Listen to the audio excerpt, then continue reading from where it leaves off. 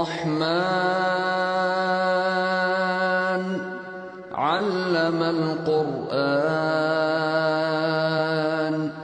أعوذ بالله من الشيطان الرجيم. أأتخذ من دونه آلهة إن يردني الرحمن بضر لا تغن عني شفاعتهم شيئا ولا ينقذون إني إذا لفي ضلال مبين إني آمنت بربكم فاسمعون قيل ادخل الجنة قال يا ليت قومي يعلمون بما غفر لي ربي وجعلني من المكرمين وما أنزلنا على قومه من بعده من جند من السماء وما كنا منزلين إن كانت إلا صيحة واحدة فإذا هم خامدون رب اشرح لي صدري ويسر لي أمري واحلل عقدة من لساني يفقهوا قولي فالحمد للہ والصلاة والسلام علی رسول اللہ وعلی آلہ وصحبہ اجمعین. ایک مرتبہ پھر السلام علیکم ورحمۃ اللہ تعالی وبرکاتہ. آج کے حلقے میں ہم نے 23ویں آیت سے بات شروع کرنی ہے. یہاں کچھ باتیں ہو چکی تھیں، کچھ باتیں کرنے کو رہ گئی تھیں. یہ سورہ یاسین کا دوسرا حصہ ہے جہاں 3 انبیاء یا 3 رسولوں کا قصہ ہے اور ان کے ساتھ ہی ایک اور مومن کا قصہ ہے جو دور سے کہیں سے آ کر اس نے ان کی تائید کی اور ان کی باتوں میں اضافہ کیا. ابھی اسی کی بات چل رہی ہے. أَأَتَّخِذُ مِن دُونِهِ آلِهَةً، کیا میں اللہ تعالیٰ کے علاوہ کوئی اور خدا کو کسی اور خدا کو یا کئی اور خداؤں کو رکھ لوں اپنے پاس یا ان کو مان لوں. إِن يُرِدْنِ الرَّحْمَنُ بِضُرٍّ لَا تُغْنِ عَنِّي شَفَاعَتُهُمْ شَيْئًا، اگر الرحمن یعنی بہت زیادہ رحمت کرنے والا اگر کوئی نقصان دینا چاہے تو ان کی شفاعت میرے کسی کام نہیں آئے گی، یعنی ان باطل خداؤں کی شفاعت میرے کسی کام نہیں آئے گی. إِن يُرِدْنِ الرَّحْمَنُ بِضُرٍّ لَا تُغْنِ عَنِّي شَفَاعَتُهُمْ شَيْئًا وَلَا يُنْقِذُونَ، نہ ہی وہ مجھے بچا سکیں گے. اس آیت میں جو نوٹ کرنے کی باتیں ہیں، پہلی یہ ہے کہ وہ آ کر قوم سے بات کر رہا ہے لیکن اس نے قوم کو مخاطب نہیں کیا کہ تم لوگ خدا دوسرے خدا لیتے ہو، باطل خدا لیتے ہو. اس نے اپنی بات کی ہے. أَتَّخِذُ مِن دُونِهِ آلِهَةً، کیا میں لوں دوسرے خدا؟ یعنی بات کرنے کا ایک اسلوب ہوتا ہے جس سے کسی اور کو آپ افینڈ کر دیتے ہیں. تم لوگ یہ غلط کر رہے ہو، یہ غلط کر رہے ہو، یہ غلط کر رہے ہو. اگر آپ اس کی طرف اشارہ کر کے تم نے یہ کیا ہے، تم نے یہ کیا ہے، تم نے یہ کیا ہے، تو بات ایسے معلوم ہوتی ہے کہ میں تم سے کہیں بہتر ہوں اور میں کسی سپیریئر پوزیشن میں ہوں اور تم لوگ غلطی میں ہو تو تمہیں کریکشن کرانے کی ضرورت ہے. داعی کا اصل کام یہ ہے، خاص کر جو نبی نہ ہو، یہ نبی نہیں ہے، وہ ایسے بات کر رہا ہے جیسے میں تو بات اپنی کر رہا ہوں. دیکھو میرا ہی اتنا نقصان ہوگا اگر میں اللہ کو خدا نہ مانوں اور کوئی باطل خدا لے لوں. اور پھر دوسری بات اس نے یہ کی ہے إِن يُرِدْنِ الرَّحْمَنُ بِضُرٍّ، یردنی میں نی کا جو صیغہ ہے یہاں پر جو ضمیر آئی ہے اس کا مقصد یہ ہے کہ اگر الرحمن مجھے کوئی نقصان دینا چاہے، میں آپ کے نقصان کی تو بات بھی نہیں کر رہا. یعنی ہم جب عام زبان میں کہہ دیتے ہیں نا تم پر تو اللہ کا ایسا عذاب آنا ہے نا کہ بس. لوگوں کے بارے میں اگر آپ لوگوں کو نصیحت کرنا چاہتے ہیں تو آپ لوگوں کو یہ نہیں کہتے کہ اللہ تعالیٰ آپ پر عذاب دے گا، آپ کو سزا دے گا. بات وہ ایسے کر رہا ہے کہ اگر مجھے کوئی سزا بھی دینی ہو اللہ تعالیٰ نے. اور پھر بات بھی کیا کی ہے إِن يُرِدْنِ الرَّحْمَنُ، اللہ تعالیٰ کے کئی نام ہیں. جب عذاب دینے کی یا کوئی نقصان در کی بات آتی ہے، ضرر کو کہتے ہیں، کوئی مصیبت آنا، کوئی مشکل آنا، کوئی نقصان ہونا. جب نقصان کی بات آتی ہے تو اللہ تعالیٰ کے کئی ناموں میں سے جو نام مناسب نہیں لگتا وہ الرحمن ہے. جب آپ اللہ تعالیٰ کا نام الرحمن لیتے ہیں تو آپ کے دماغ میں آتا ہے اللہ تعالیٰ نعمتیں کرے گا، معافی کرے گا، رحمت کرے گا، محبت کرے گا. نقصان کی بات رحمان کے ساتھ کیسے؟ إِن يُرِدْنِ الرَّحْمَنُ بِضُرٍّ، یہ اس کے ایمان کا تقاضا ہے کہ جب مجھے کوئی نقصان بھی ہوتا ہے اس میں بھی کہیں نہ کہیں اللہ تعالیٰ کی رحمت ہوتی ہے. یہ اس کے ایمان کا تقاضا ہے کہ اللہ تعالیٰ نے اگر کچھ کیا بھی ہے اس دنیا میں، کوئی مصیبت میں ڈالا بھی ہے، اس میں بھی کوئی ایسی رحمت ہے مجھے نظر نہیں آ رہی. میرا اس پر یہ ایمان کہ وہ الرحمن ہی ہے وہ نہیں جائے گا. میں یہ نہیں کہوں گا کہ إِن يُرِدْنِ الْعَزِيزُ بِضُرٍّ، جو اتھارٹی ہے اگر اس نے مجھے کوئی، اللہ تعالیٰ اتھارٹی بھی ہے. إِن يُرِدْنِ الْجَبَّارُ بِضُرٍّ، جبار کہتے ہیں عربی میں بہت زیادہ قوت والے کو، اور جو اصل میں جبر کا لفظ ہوتا ہے کہ ہڈی ٹوٹی ہے اس کو کوئی زبردستی سیدھا کر دے، اس کو جبر کہتے ہیں عربی میں، اسی سے جبروت نکلا ہے. تو یہاں پر اگر جبار کا لفظ استعمال ہوا تو کہنے کی بات یہ ہوتی کہ اگر مجھے سیدھا کرنے کے لیے اللہ کوئی سختی کرتا میرے ساتھ تو پھر بھی کون آتا میری مدد کرنے؟ بات یہ کی جا رہی ہے الرحمن کے لفظ کے استعمال کے ساتھ کہ میں کسی کی ہاں شفاعت ڈھونڈنے کہاں جاؤں گا؟ اگر اللہ تعالیٰ کی طرف سے ہی مشکل آئی ہے تو اس سے زیادہ رحمت کرنے والا کون ہوگا؟ میں کہیں اور کہاں جاؤں شفاعت ڈھونڈنے؟ یردنی الرحمن بضر لا تغنی عنی شفاعتهم شیئا، ان کی شفاعت تو میرے کسی کام ہی نہیں آنی. ان کی شفاعت یعنی وہ میرے لیے کچھ رحمت، مجھ پر کوئی رحمت کریں گے. الرحمن سے زیادہ رحمت کون کرے گا؟ میں آپ کو اس کی چھوٹی سی مثال دیتا ہوں. بچہ جو ہے کبھی کبھی رو رہا ہوتا ہے اور ماں غصے میں آ جاتی ہے. کہیں مال میں جا رہے ہیں، کہیں دکان بازار میں جا رہے ہیں، بچہ رو رہا ہے، ماں غصے میں آ جاتی ہے. ماں اس کو ڈانٹ رہی ہے، بچہ کہاں ہے؟ وہ بھی ماں سے لپٹا ہوا ہے. وہ اور ڈانٹتی ہے، وہ اور لپٹ جاتا ہے. اس نے اور کہاں جانا ہے؟ اس نے دکاندار کے پاس تھوڑی بھاگ کے جانا ہے. اور کہاں جائے گا وہ؟ اگر ماں کا غصہ بھی ہے تو ماں ہی ہے جس سے محبت ملے گی، ماں ہی ہے جس نے بعد میں اس کو گلے لگانا ہے، اس کو اٹھا لینا ہے، پیار کرنا ہے. تو یہ اللہ تعالیٰ کے جو ہمارے ساتھ جو رشتہ ہے اس میں کبھی کبھار اللہ تعالیٰ کی طرف سے غصہ بھی ہوتا ہے، ہو سکتا ہے کوئی امتحان بھی ہو، لیکن وہ امتحان بھی ہو تو بھاگ کے کہاں جاؤ گے؟ اللہ تعالیٰ کی طرف ہی واپس آنا ہے. تو اسی لیے یردنی الرحمن بضر لا تغنی عنی شفاعتهم شیئا ولا ينقذون. اور دوسری اس سے اگلی بات کہ اگر وہ مجھے بچانا بھی چاہیں تو وہ لوگ کیسے بچائیں گے؟ لا ملجا الا اللہ، اللہ تعالیٰ کے علاوہ کوئی اور پناہ کہاں سے ملے گی؟ اپنی بات کر رہا ہے، ان کی بات نہیں کر رہا. مجھے کون بچائے گا؟ انی اذا لفی ضلال مبین. اگر ایسا ہوا تو پھر میں تو بہت ہی کھلی واضح گمراہی میں ہوں، میں تو بہت ہی کنفیوز انسان ہوں اگر میں اس قسم کی غلطی کروں. دوبارہ اپنی بات، انی آمنت بربکم. دیکھو میں ان وجوہات کی وجہ سے میں اللہ تعالیٰ پر ایمان لے آیا ہوں، اور میں ہی لے آیا ہوں، میں خود اس نتیجے پر پہنچا. مجھے کسی نے کچھ کہا نہیں ہے کہ کسی نے مجھے کمپیل کیا ہو، فورس کیا ہو، میں اپنی طرف سے آیا ہوں. اصل میں جب آپ عربی میں پڑھتے ہیں نا انی آمنت، اس میں انا کا لفظ یا اپنا لفظ 2 مرتبہ آیا ہے، اور اس کو عربی میں کہا جاتا ہے الاثبات علی غیر الفاعل. مقصد کہنے کا یہ ہے کہ میں بذات خود، کوئی اور نہیں، میں خود ہی ایمان لایا ہوں. یہ مت سمجھنا کہ کسی اور کی وجہ سے میں ایمان لایا ہوں یا کسی اور کے فورس کرنے سے میں ایمان لایا ہوں، یہ میرا اپنا فیصلہ ہے. انی آمنت بربکم. دوسری بات یہاں جو سامنے واضح نہیں ہوتی، انا کا لفظ عربی میں استعمال ہوتا ہے بے شک کے لیے. اس کا اردو میں کئی دفعہ آپ ترجمہ دیکھیں گے بے شک. ولیکن انا حرف علا کذالک، انا کے مفہوم میں کبھی کبھار قرآن میں اس وجہ کی بھی اور علت کی بھی کے معنی نکلتے ہیں. اس کا ترجمہ یوں ہوگا کہ میں اگر ایسا ہوتا تو میں بہت ہی گمراہی میں ہوتا، اس وجہ سے میں ایمان لے آیا ہوں. یعنی اس سوچ کی بنیاد پر میں اب اللہ تعالیٰ پر اپنے اور تم سب کے رب پر ایمان لے آیا ہوں. اب دیکھیں یہ پہلی دفعہ تم سب کی بات ہو رہی ہے. میں کیا کوئی اور خدا لے لوں؟ اگر مجھے کوئی مصیبت آئے گی تو مجھے کون بچائے گا اور رحمان کے علاوہ؟ اپنی بات ہی کر رہا تھا نا بار بار. اگر میں یہ غلطی کروں تو میں گمراہی میں ہوں گا. میں ایمان لے آیا ہوں. کس پر ایمان لے آیا ہوں؟ بربکم، تم سب کے رب پر. یہ بہت احتیاط سے کلام جو ہے اس نے چنا ہے. تم سب کے رب پر میں ایمان لے آیا ہوں. اس کو بہت باریک، بہت ہی لطیف کہنے کا طریقہ یہ ہے کہ دیکھو میں تو لے آیا ہوں لیکن وہ تمہارا بھی رب ہے، تمہیں بھی اس بات کا فائدہ اٹھا لینا چاہیے. کتنے نرم انداز سے اس نے یہ بات کی ہے کہ وہ لوگ سمجھ جائیں. تو وہ کہتا ہے پھر فاسمعون، میری بات سن لو، میری بات سن لو. اور اس بات سے بھی میں بہت شوق ہوں کہ یہ بات قرآن میں وارد ہے کہ فاسمعون، میری بات سنو. 3 رسول وہاں کھڑے ہیں اور وہ صاحب کہہ رہے ہیں میری بات سنو. یہ کہنا ہمارے ہاں کیا ہوتا ہے؟ تمہاری بات کیوں سنیں، ان کی بات سنیں. اچھا اب آپ ان کی بات سنیے، میں تو کچھ بھی نہیں ہوں، میں فقیر، میں کیا کہوں گا، میری کیا حیثیت ہے.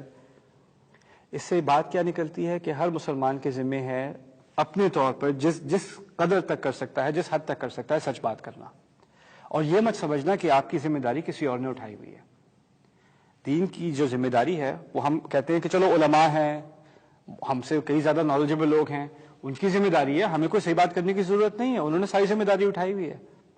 اللہ تعالیٰ اس عظیم مثال میں کیا سکھا رہے ہیں؟ آپ کے سامنے 3 رسول کھڑے ہیں لیکن پھر بھی آپ کی ذمہ داری آپ سے نہیں ہٹی، آپ پھر بھی اپنی ذمہ داری پوری کر رہے ہیں. اور آپ کو سمجھ میں آ رہی ہے کہ دیکھو وہ ان لوگوں کی بات نہیں سنتے. وہ اس لیے نہیں سنتے کہ اصل میں نہیں سنتے کیونکہ رسول ہونے کا دعویٰ کر رہے ہیں نا. اور ان کا سارا اعتراض کیا تھا کہ آپ تو پتہ نہیں کہاں، آپ تو ہماری طرح کے انسان ہیں، آپ کو کیسے وحی آتی ہے؟ تو اس نے سوچا چلو یہ وحی کا انکار کر رہے ہیں، ان کے رسول ہونے کا انکار کر رہے ہیں اور اس وجہ سے خدا کو بھی نہیں مان رہے، تو میں رسول کے طور پہ نہیں، میں تو عام آدمی کے طور پہ کہہ رہا ہوں دیکھو میں بھی تو مان گیا ہوں نا. ٹھیک ہے ان کو رسول تم مانو نہ مانو، پہلی بات تو یہ ہے کہ اللہ تعالیٰ کو تو مان لو، اسی نے تو مجھے بنایا ہے، اسی کی تو مغفرت کے پیچھے میں بھاگ رہا ہوں، تو تم بھی میری بات سن لو. یعنی وہ اگر وہ رسولوں سے ریلیٹ نہ کر سکے، کم از کم اس آدمی سے تو ریلیٹ کر سکتے، وہ بھی انہی کی طرح کا ہے، وہ بھی انہی کی طرح کا ہے.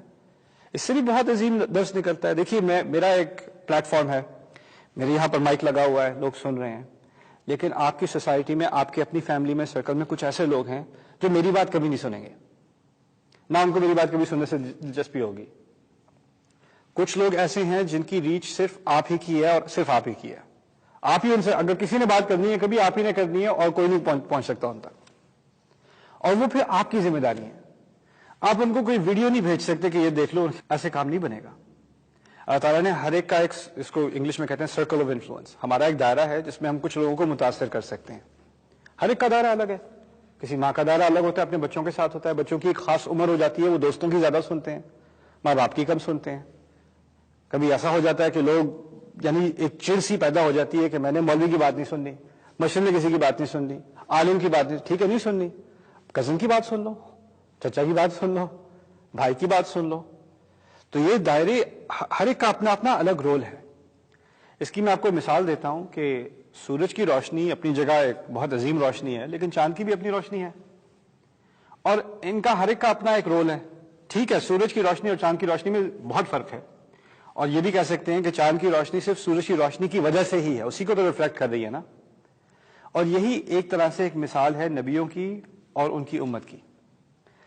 رسول کو علیہ الصلوۃ والسلام سراج کہا گیا ہے، وَدَاعِيًا إِلَى اللَّهِ بِإِذْنِهِ وَسِرَاجًا مُنِيرًا. آپ اللہ تعالیٰ کی طرف بلانے والے داعی ہیں اللہ تعالیٰ کی اجازت کے ساتھ، اور آپ ایک روشن کر دینے والے سورج ہیں، ان کو سورج کہا گیا ہے. ان کے مقابلے میں ان کی روشنی ہم پر آتی ہے اور ہمارے ذریعے کسی پر پہنچتی ہے. یہ بھی تو ہوتا ہے نا.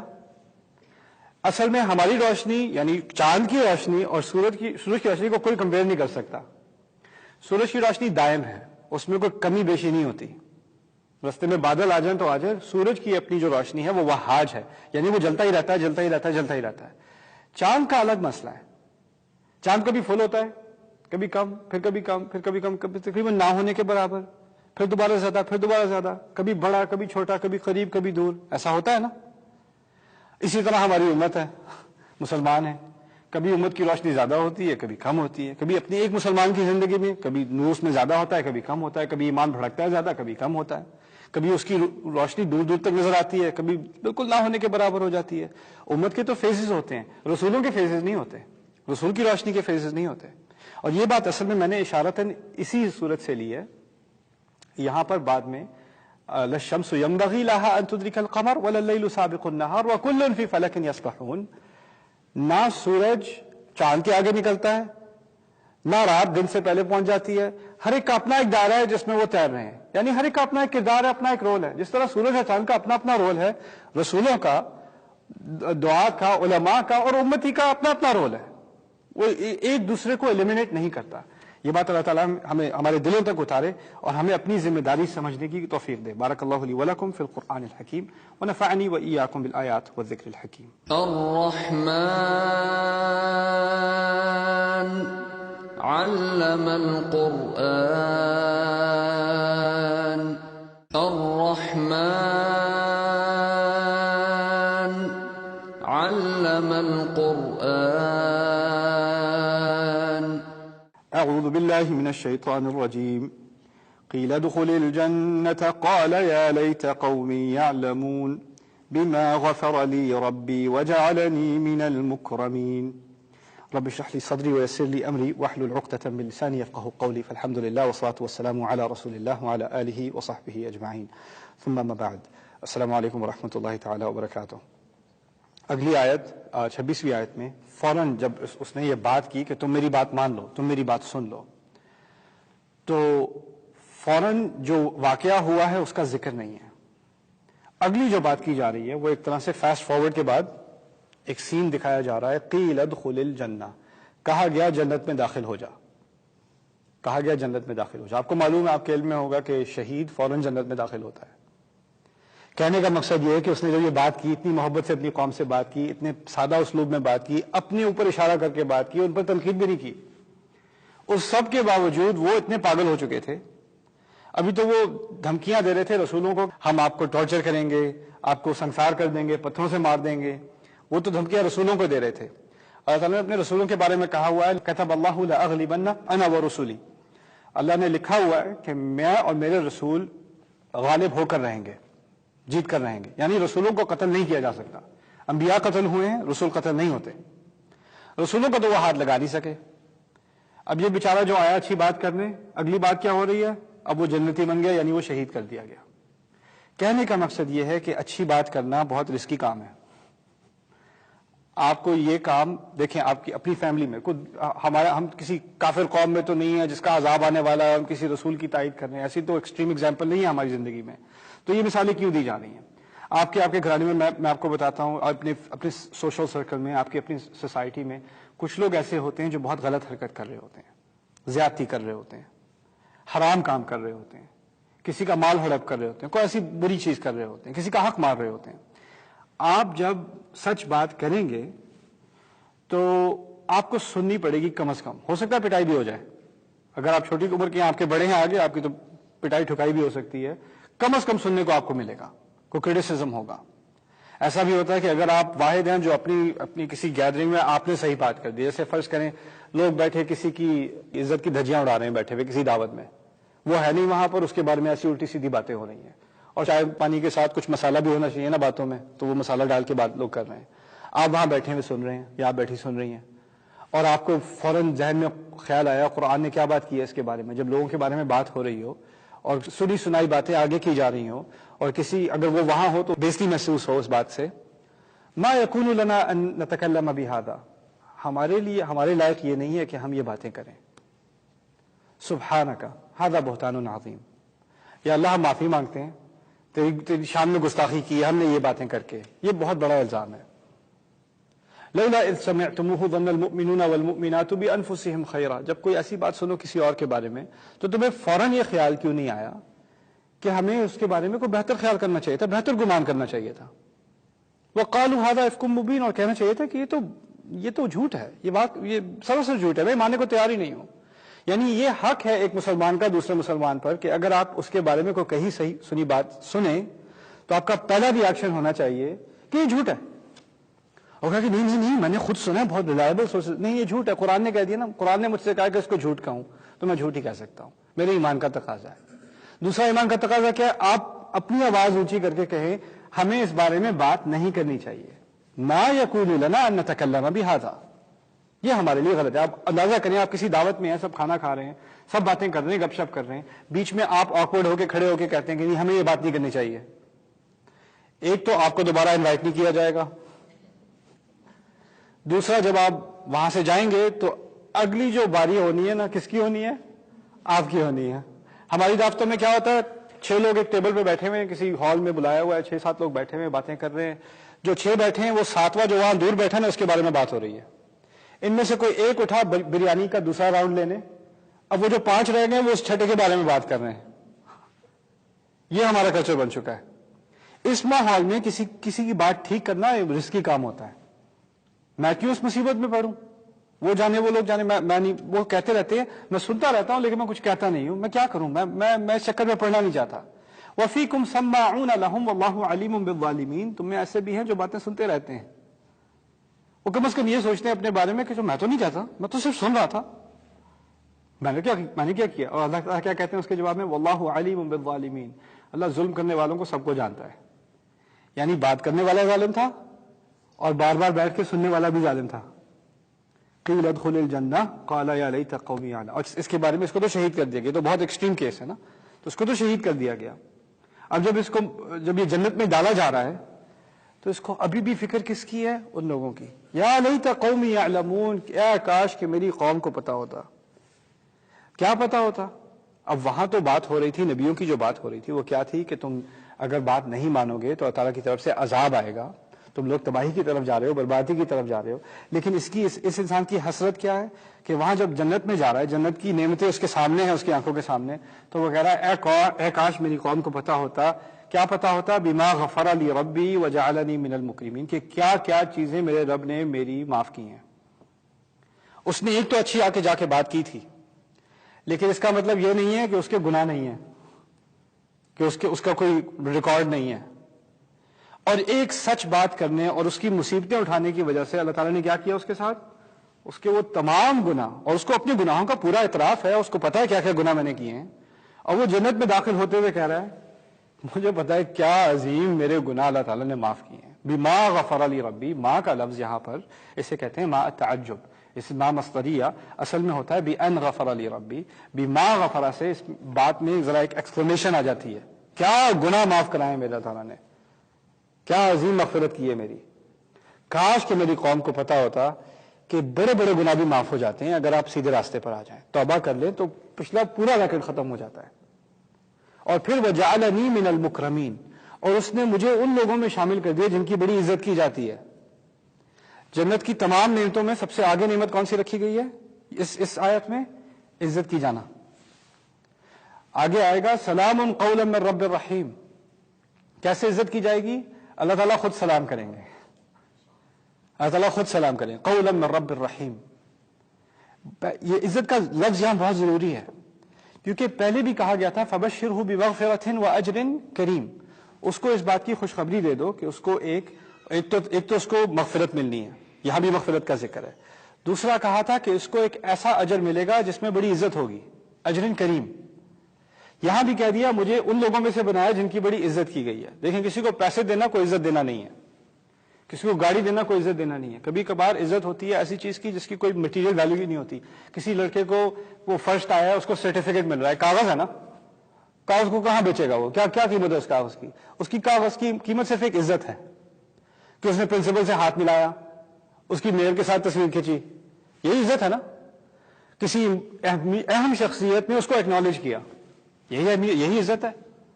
اس نے کیا بات کی ہے جنت میں پہنچتے پہنچتے کہ مجھے عزت دیے جانے والوں میں سے شامل کیا گیا، یعنی اللہ تعالیٰ نے خود مجھے ایکنالج کیا ہے. کاش کہ میری قوم کو پتا ہوتا کیسی عظیم عزت ان کو ملنے والی ہے. اب یہاں پر ایک کانٹراسٹ ہے جس کو سمجھنا بہت اہم ہے. اصل میں ہمارے عقیدے میں، ہمارے ایمان میں سب سے عزت دار لوگ تاریخ کے وہ انبیاء اور رسل ہیں. ہم جتنی انبیاء کی عزت کرتے ہیں، جن کا ہم اتنا احترام کرتے ہیں، ان کا کسی اور کا نہیں کرتے. جو مقام ہمارے دلوں میں نبی علیہ السلام کا ہے، موسیٰ علیہ السلام کا ہے، ابراہیم علیہ السلام کا ہے، اس کی کوئی مثال اور ہے ہی نہیں. کوئی انسان اس درجے تک پہنچ ہی نہیں سکتا. اس عزت کے باوجود اگر آپ ان شخصیتوں کی تاریخ پڑھیں، ان شخصیتوں کی زندگیاں پڑھیں، تو آپ کو ایک بات کامن ملے گی ان سب میں: اللہ کے ہاں اور اہل ایمان کے ہاں سب سے عزت دار، باقی دنیا میں سب سے زیادہ کوسے گئے، سب سے زیادہ ان کو پبلک میں بھی پرائیویٹ میں بھی اپنی فیملی والوں نے ان کو ریجیکٹ کیا، سب کے سامنے ان کو گالیاں دی، کون سے الزامات ان لوگوں پر نہیں لگائے، پاگل ہے، ان کو ڈانٹ ڈپٹ کر بھگایا گیا.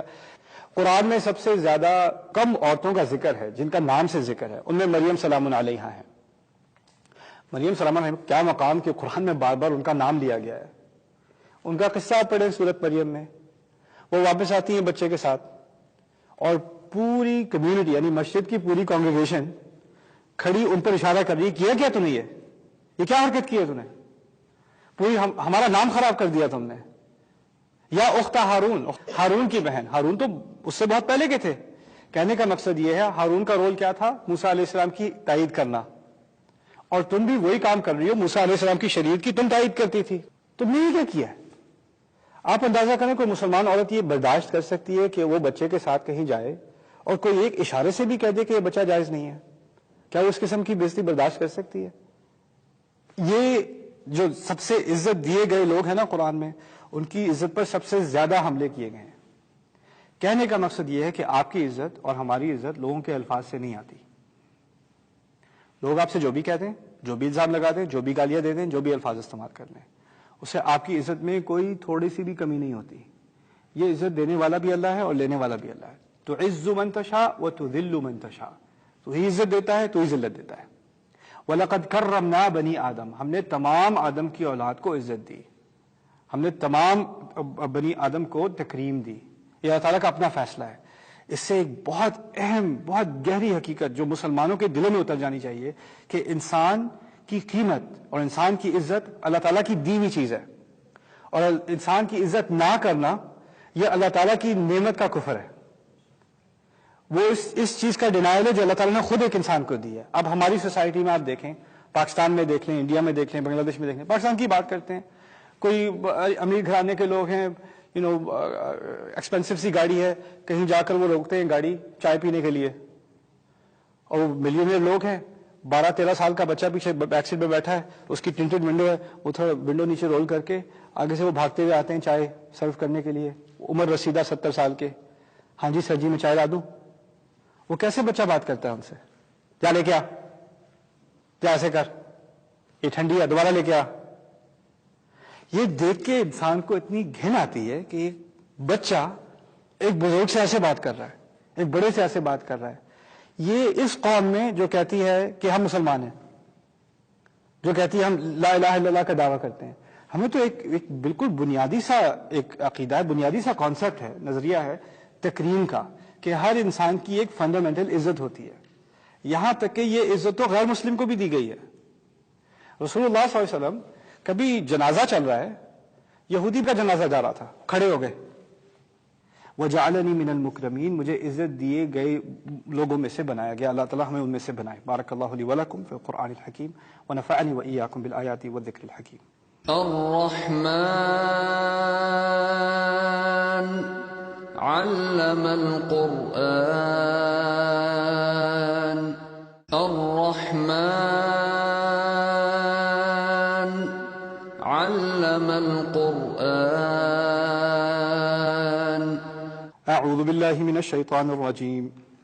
قیل ادخل الجنة قال یا لیت قومی یعلمون بما غفر لی ربی وجعلنی من المکرمین. رب اشرح لي صدري ويسر لي امري واحلل عقدة من لساني يفقهوا قولي. فالحمد لله والصلاة والسلام على رسول الله وعلى آله وصحبه اجمعین. ثم اما بعد. قرآن میں جہاں ایک طرف رسولوں کی بات کی گئی ہے, دوسری طرف رسول کے ماننے والوں کی بات کی گئی ہے. رسول ہمارے لیے رول ماڈل ہیں, کن لوگوں کو فالو کرنا ہے. ان کے ماننے والے ہمارے لیے رول ماڈل ہیں کہ ہمیں ان کے جیسا فالوور بننا چاہیے, ان کے جیسا اتباع کرنے والا بننا چاہیے. یہاں اس فالوور کی بات ہو رہی ہے جس نے 3 رسولوں کی سنت کو اپنایا اور اس کے مطابق عمل کرنے کی کوشش کی. اس میں جو پہلی بات میں آپ سے کہوں وہ عمل کی نہیں ہے, وہ ذہنیت کی ہے, وہ فکر کی ہے. اس کو اپنی قوم کی فکر تھی, اس کو اپنی قوم پر غصہ نہیں تھا. دیکھیں اس کی قوم نے اسے قتل کیا ہے, اس قوم کی وجہ سے اب وہ آخرت میں پہنچ گیا ہے. لیکن جب وہ پیچھے مڑ کر دیکھتا ہے تو یہ نہیں کہتا کہ میری قوم کو پتا ہوتا کیسا عذاب ان پر آنے والا ہے. نہ, کاش میری قوم کو پتا ہوتا کتنی اچھی نعمتیں آنے والی ہیں, کاش ان کو ان چیزوں کا احساس ہوتا. اس کی محبت اپنی قوم سے نہیں گئی. یہ ہماری امت کا ایک خاص اعزاز ہے کہ ہمیں یؤثرون علی انفسہم ولو کان بہم خصاصہ, ہم دوسروں کو اپنے اوپر ترجیح دیتے ہیں چاہے ہم بھوکے مر رہے ہوں.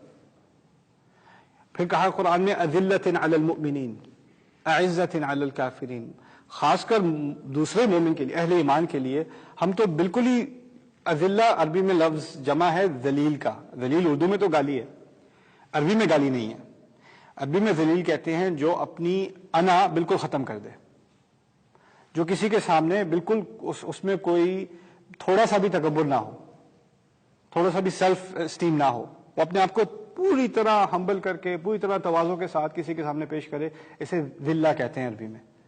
تو یہاں اذلۃ علی المؤمنین یعنی ہم جب کسی اور مسلمان کے ساتھ ڈیل کرتے ہیں تو ہماری انا بیچ میں سے بالکل چلی جاتی ہے. ایسی فکر ہونی چاہیے مسلمان کو دوسرے مسلمان کے لیے. یہاں پر میرا اپنا ایک جائزہ ہے, آپ اس سے اتفاق کریں یا نہ کریں, میری اپنی ایک آبزرویشن ہے, you are free to disagree. وہ یہ ہے کہ ہماری ورلڈ وائڈ پوری دنیا میں جو اگر ایک اجمالی جائزہ لیا جائے تو ہماری امت کچھ کیٹیگوریز میں ڈیوائڈ ہو چکی ہے, تقسیم ہو چکی ہے.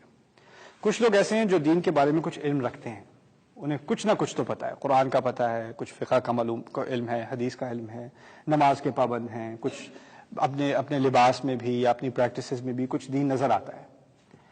پھر کچھ ایسے لوگ ہیں جو ذرا کم از کم جمعے کا اہتمام ہے, کم از کم. پھر کچھ ایسے لوگ ہیں جو بہت دور جا چکے ہیں, اسلام کبھی شاید عید پر نظر آتا ہے تھوڑا بہت, کم از کم عید کی نماز تو چل رہی ہے. یعنی وہ آہستہ آہستہ ایک اور وہ میرے نزدیک وہ ایک میجورٹی ہے. میجورٹی ایسی ہے جو دین سے اتنی دور ہو چکی ہے, اس کی بھی وجوہات ہیں, اور ساری غلطی ان کی نہیں ہے. میں تو کہتا ہوں اصل غلطی ان کی نہیں ہے. اصل بات یہ ہے کہ جو دیندار طبقہ ہے نا, اس کے اوپر بھی ایک ایسے لوگوں کا ایک غلبہ ہے جو اہل علم ہیں, بڑی اعلیٰ سطح کی ان کی کوالیفیکیشنز ہیں, اور کئی جگہ سے وہ فارغ التحصیل ہیں, اور ایسی بات ہے. لیکن ہوتا یہ ہے کہ انفارچونیٹلی یہ بات عیسائیت میں بھی ہوئی، یہودیت میں بھی ہوئی، اور اب ہمارے یہاں بھی ہو رہی ہے. اور یہ میرا کسی ایک نظریے پر اور کسی ایک مسلک پر کوئی تبصرہ نہیں ہے، یہ اوور آل ایک آبزرویشن ہے میری. ہوتا یہ ہے کہ ان کی بہت ساری توانائی اور بہت ساری انرجی اس بات میں ضائع ہو جاتی ہے آپ ہماری بات مانیں ان کی نہ مانیں. اور یہ تبصرہ قرآن میں خود ہے کہ یہ حقیقت ہوتی ہے. وَمَا تَفَرَّقُوا إِلَّا مِن بَعْدِ مَا جَاءَهُمُ الْعِلْمُ بَغْيًا بَيْنَهُمْ. آپس میں انہوں نے تفرقہ نہیں ڈالا، آپس میں فرقے نہیں بنے جب تک کہ علم نہ آ گیا. یعنی علم کی بنیاد پر فرقے بننے شروع ہو گئے. عام مسلمان سوچتا ہے اگر علم ہوتا تو زیادہ اتحاد ہونا چاہیے تھا. علم اب آ گیا اور علم کی وجہ سے زیادہ تفرقے، یہ کیا عجیب چیز ہے. قرآن نے جواب دیا بغیم بینہم، یہ اس لیے کہ یہ ایک دوسرے کے اوپر مسلط ہونا چاہتے ہیں. بغی کہتے ہیں کسی ایک کو کسی دوسرے کے اوپر قابو کرنا. ان کا مارکیٹ شیئر مجھے چاہیے، اصل بات یہ ہے. وَلَوْلَا كَلِمَةٌ سَبَقَتْ مِن رَبِّكَ إِلَىٰ أَجَلٍ مُّسَمًّى لَقُضِيَ بَيْنَهُمْ. اگر اللہ تعالیٰ کی طرف سے کوئی خاص وقت پہلے سے معین نہ کر دیا ہوتا تو اللہ تعالیٰ ان کا معاملہ ابھی طے کر دیتا، ابھی ان کو سب کو ہلاک کر دیتا کہ انہوں نے دین کا یہ مذاق اڑایا. جو دین انسانیت کو جمع کرنے کے لیے آیا تھا، جس دین کی اصل ابراہیم علیہ السلام ہے، جو تمام انسانیت کو جمع کرنا چاہتے تھے، اب یہ اسی دین کے نام پہ فرقے بناتے ہیں. اور پھر اگلی بات کیا کی ہے، وَإِنَّ الَّذِينَ أُورِثُوا الْكِتَابَ مِن بَعْدِهِمْ لَفِي شَكٍّ مِّنْهُ مُرِيبٍ. اور اس میں کوئی شک نہیں کہ جو لوگ کتاب ان کو وراثت میں ملتی ہے ان کے بعد، یعنی ان کی اگلی نسلیں اور باقی مسلمان، وہ دین کے معاملے میں ہی شک کرنا شروع کر دیتے ہیں. کیونکہ دین کے بارے میں کانفیڈنس، دین کے بارے میں ایک اچھی فیلنگ ڈالنا یہ عالم کی ذمہ داری تھی جس کو زیادہ پتا ہے. فَاسْأَلُوا أَهْلَ الذِّكْرِ إِن كُنتُمْ لَا تَعْلَمُونَ. جاؤ جن کے پاس علم ہے ان سے پوچھو اگر تمہیں نہیں معلوم. یہ بات بہت اہم ہے سمجھنے کو، کیونکہ اگر ہم نے واقعی امت کی عزت کرنی ہے، کچھ عرصہ پہلے میں بھی 10-15 سال پہلے ہوتا یہ تھا کہ ایک بہت بڑی میجورٹی ایسی تھی جو ٹھیک ہے وائٹل سائنس کانسرٹ بھی جاتی تھی اور جنون بھی سنتی تھی اور میوزک بھی تھی اور کھیل کود بھی تھی، موویز بھی تھیں، لیکن جب نماز مس ہوتی تھی تو کم از کم ایک بری فیلنگ ہوتی تھی، یار نماز پڑھنی چاہیے. میں نہیں پڑھتا، میں گناہگار ہوں، لیکن کم از کم کچھ نہ کچھ اذان ہو رہی ہوتی تھی تو کم از کم گانا لو والیوم پہ ہو جاتا تھا کم از کم. اب وہ درمیانی جو ایک طبقہ تھا نا، جو ٹھیک ہے وہ اتنا پریکٹسنگ نہیں تھا لیکن پھر بھی اس میں کچھ سینٹیمنٹ تھا دین کی طرف، اب وہ کم سے کم ہوتا چلا جا رہا ہے. اب دو ایکسٹریمز بن رہے ہیں. اس میں پہلی بات کہ تمام طبقات کی عزت کرنا بہت ضروری ہے. میں صرف تنقید نہیں کر رہا، تمام طبقات کی عزت کرنا، ان کو بات سمجھانے کی کوشش کرنا. میں آپ کو چھوٹی سی مثال دیتا ہوں. میرا وزٹ ہوا تھا یہاں پر ایک شہر ہے منیسوٹا میں بہت بڑی صومالی کمیونٹی ہے. صومالی بہت ٹریڈیشنل لوگ ہیں. ان کے ہاں قرآن کا حفظ ایسے ہے جیسے ہمارے ہاں قل هو اللہ احد کسی کو یاد ہے نا، وہاں ان بچوں کو پورا قرآن یاد ہے. ان کے مدرسوں کو کہتے ہیں دکسی. سیٹرڈے اسکول ہوتے ہیں ان کے، 3 سال کے اندر سارے بچے حافظ.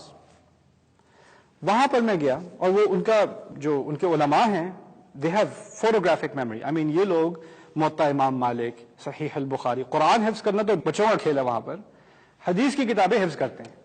جب وہ خطبہ دے رہا ہوتا ہے آدمی، اس کے اپنے الفاظ میرا خیال ہے 5% ہوں گے حدیث قرآن حدیث قرآن حدیث قرآن، 40 منٹ تک، نہ کوئی کاغذ اس کے سامنے نہ کچھ. یہ عام ہے ان کے ہاں، یعنی اتنا علم یاد کر لیتے ہیں وہ لوگ. It's incredible.